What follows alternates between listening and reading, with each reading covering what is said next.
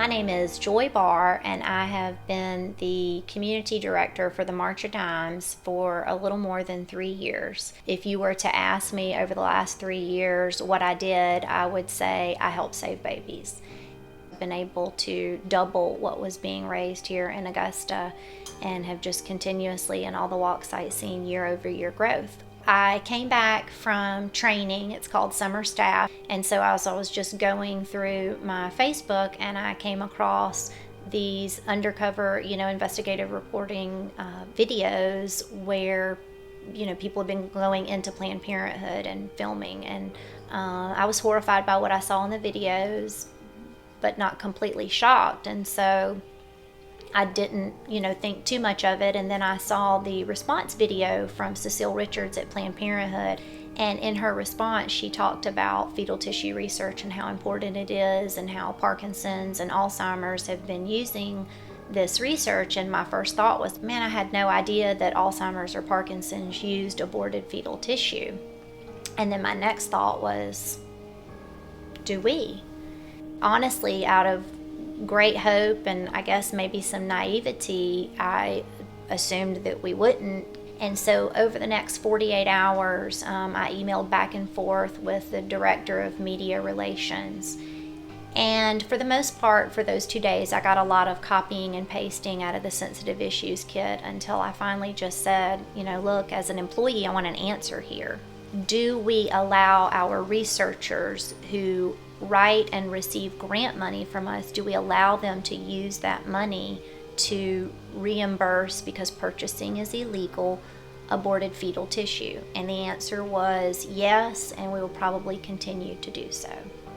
Our new branded tagline is a fighting chance for every baby.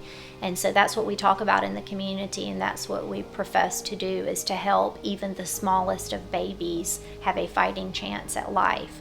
And to think that some of those monies are actually ending up back to Planned Parenthood was more than unsettling to me. It was horrifying and discouraging and frustrating, because the March of Dimes has said many times over the tenure that I've been there that we do not support Planned Parenthood in any way. But I consider that if dollars end up there, that's support. How much of the $175 million that we used in research last year went towards aborted fetal tissue?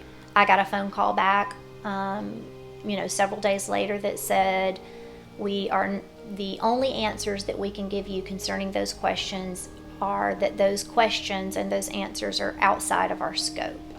I mean, if we have no way of following the money and knowing that we give a researcher $150,000 to do research on liver function, well, how do we know where those livers come from? We have to know that.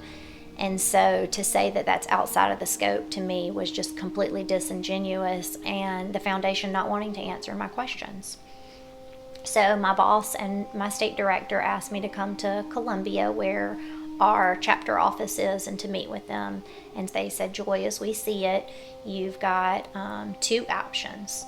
Go back to work and continue to do the awesome and passionate job that you've been doing, or if you feel like this is a roadblock for you, then you can resign. And I said, or option number 3 is I'm patiently waiting for the foundation where I work to answer these questions for me so I can make a decision about option number 1 or 2. And finally they said, well, if you can't commit to either going back to work or to resigning, then we're going to have to terminate employment.